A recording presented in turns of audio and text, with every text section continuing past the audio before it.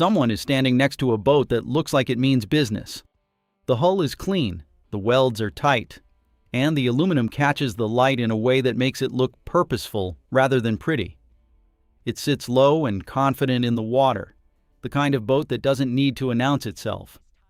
Then the price comes up, and it's roughly half what a comparable Boston whaler costs. Not an older model, not a stripped-down version. A comparable boat, built for the same waters, designed for the same purpose. Half the price. That gap feels wrong at first. Boston Whaler has spent decades earning its reputation, and that reputation isn't fiction. These are serious boats built by serious people. So when something comes in at half the cost and doesn't look like a compromise, the natural reaction is suspicion. What's missing?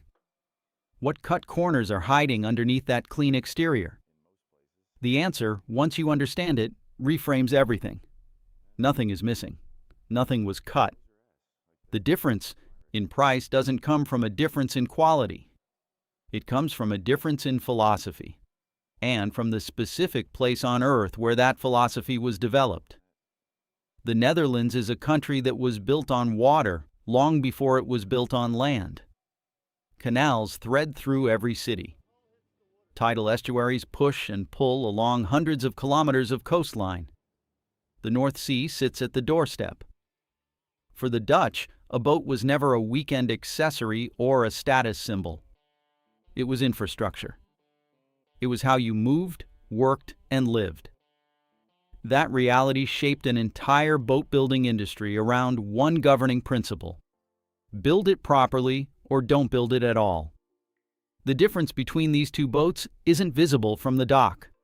It was decided long before the first weld was ever made. The Dutch relationship with water goes back further than most countries have existed as nations. When engineers began reclaiming land from the sea in the 13th century, boats weren't recreational. They were survival equipment. That context never left the culture. And when modern aluminum boat building took hold in the Netherlands through the mid-20th century, it inherited that same unsentimental logic. Builders like Valk, Valkvlet, and Prince didn't emerge from yacht clubs or leisure culture. They emerged from a working waterway tradition, where a boat that failed wasn't an inconvenience. It was a serious problem. That history produced something the American market never quite developed in the same way: a boat-building philosophy where the engineering is the product. Not the badge, not the brochure, the actual object. Dutch builders refined aluminum hull construction across generations of real-world conditions: tidal surge, shallow canals, North Sea chop, lock systems with tight tolerances. Every design decision was pressure-tested by daily use on demanding water, not by focus groups or showroom feedback. The result is a hull geometry and construction standard that prioritizes repairability, longevity, and weight efficiency above all else. Boston Whaler took a different and equally legitimate path.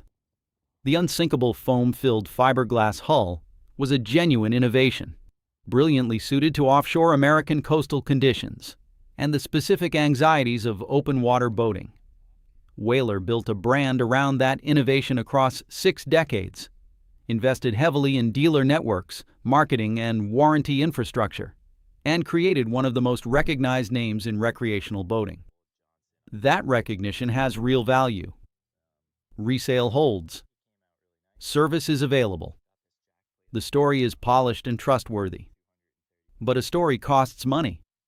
A dealer network costs money. 60 years of marketing costs money.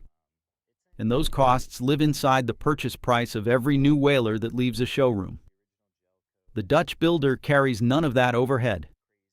There is no national advertising campaign, no franchise dealer markup, no brand mythology to maintain. There is a factory, a set of engineering standards refined over generations, and a boat that is built to those standards without apology. Both approaches produced capable boats. Only one of them charges you for the approach itself. And understanding that distinction is the entire reason the price gap exists, and why, for the right buyer, It represents not a warning sign, but an opportunity. Put a Dutch aluminum boat next to a Boston whaler 170 Montauk, and the numbers tell an interesting story. Both run around 5 meters in length. Both handle outboard engines in the 60 to 115 horsepower range. Both are built for the same kind of use: day trips, fishing, coastal cruising, family time on the water. On paper, they are solving the same problem. But the materials and methods used to solve it are quite different. The Dutch hull is welded aluminum, typically 3 to 4 millimeters thick on the bottom and around 2 to 3 millimeters on the sides. That aluminum can be repaired with basic welding equipment by any competent fabricator. Dents can be worked out. Cracks can be fixed cleanly. The boat does not need to go back to the factory or a specialist dealer. A good local welder can handle most damage in an afternoon. The whaler's fiberglass hull is strong and proven, but a serious impact means gel coat repair, fiberglass layup work, and in some cases, replacement of foam core sections. It is fixable, but it is more involved and more expensive every time. The deck layouts on quality Dutch builds are clean and simple. Cleats are mounted through solid backing plates. Hatches seal properly. Drainage runs where water actually goes. Nothing is placed for looks alone. The console is functional without being cluttered. Storage is built where you actually need it, not where it photographs well. Where Whaler wins clearly is resale value in the American market and the comfort of walking into a dealership for support.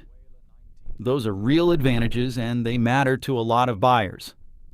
But for someone who wants a capable, repairable, honestly built boat and is comfortable without the showroom experience, the Dutch alternative gives up very little and saves a significant amount. The price of a Boston whaler doesn't just reflect the cost of building it. That much is worth saying plainly.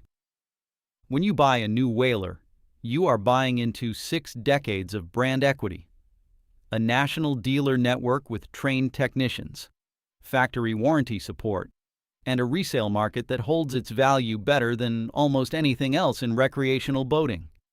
Those things are real, and they have real worth. But they also have a real cost, and that cost is baked into the purchase price, whether you intend to use those benefits or not. Consider where the premium actually comes from.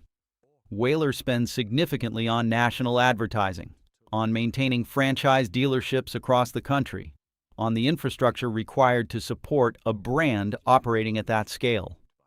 A Dutch builder like Valk operates with none of that apparatus. Boats are sold direct or through small regional dealers with minimal overhead. There is no marketing department generating aspirational content. There is no celebrity ambassador. The savings from that leaner operation flow directly into what you pay at purchase. The European used market makes this even clearer.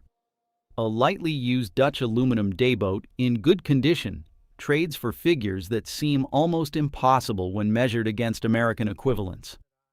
Boats with 10 years of careful use, solid mechanicals, and sound hulls sell for what a comparable American brand would charge for an entry-level new model.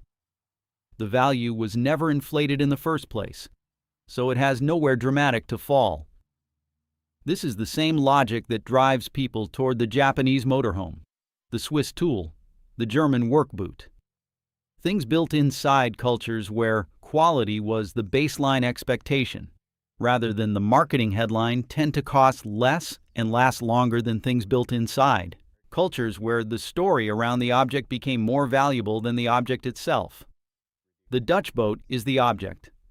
That's the whole point. The people finding these boats are not following a trend. They are solving a problem. A commercial fisherman in the Pacific Northwest wants a hull that can take a beating on rocky coastline approaches and be repaired without a specialist. A family on the Gulf Coast wants a dayboat that won't lose half its value in 3 years. A sailor needs a tender that can handle real conditions without demanding constant maintenance. A retired couple wants to spend their money on time on the water, not on a badge they'll rarely think about once the boat is in the slip. These buyers found the Dutch market the same way people find most things now: forums, YouTube rabbit holes, conversations with people who already made the switch. And what they keep reporting back is the same thing. The boat feels honest underfoot. The welds are tight. The hardware is mounted properly. Nothing flexes when it shouldn't. It doesn't feel like a vehicle built to impress at a boat show and then quietly disappoint over the following seasons. That feeling has a parallel that is hard to ignore. The same conversation happening around Japanese motorhomes from the late 1990s. Why people import them, why they tolerate the inconveniences, why they choose an unfamiliar name over a known one, is the same conversation now happening around Dutch aluminum boats. In both cases, the answer is identical. The engineering was always the point.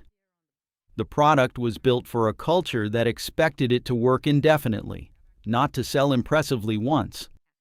The buyers making this choice are not contrarians.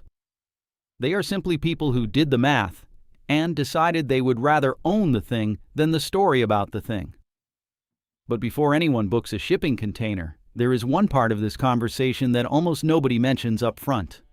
Importing a Dutch boat is not simple, and pretending otherwise would waste your time.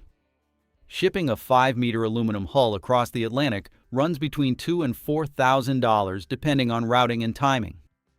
Customs clearance, compliance certification, and registration paperwork add cost and complexity that varies by state. Once the boat arrives, you are on your own for service. There is no dealer 2 towns over. There is no factory warranty call center. If something needs attention, you find a competent local marine fabricator and you sort it out yourself. For some buyers, that reality ends the conversation immediately, and that is a completely reasonable conclusion. Resale is the other honest complication. A Boston whaler holds its value in the American market because everyone knows what it is. A Valk or a Valkvlet holds its value in the Dutch market for the same reason. Cross those contexts and the resale picture becomes less predictable. You may own an objectively superior boat that a future American buyer discounts simply because the name is unfamiliar. That gap between actual quality and perceived value is real and worth pricing into your decision before you commit. But here is what remains true after all of that friction is accounted for. The right buyer, someone comfortable with a degree of independence, someone who values the object over the ecosystem built around it, ends up with a seriously built, repairable, capable boat for roughly half the price of its American equivalent. Not because corners were cut, because the overhead was never there in the first place. In a market full of inflated premiums and disposable construction, the Dutch boat is a quiet argument for a different way of thinking about value. It doesn't need a showroom. It doesn't need a story. It just needs water. And that has always been enough. If you found this useful, take a second to like the video. It genuinely helps this channel reach people who care about this kind of content. If you know someone who's been looking at boats, debating whether the big American brands are worth the premium, or just someone who appreciates things built properly, share this with them. They'll want to know this market exists. And if you enjoy deep dives into smart engineering, honest value, and the kinds of vessels most people never hear about, subscribe. There's a lot more where this came from. Thanks for watching. See you in the next one.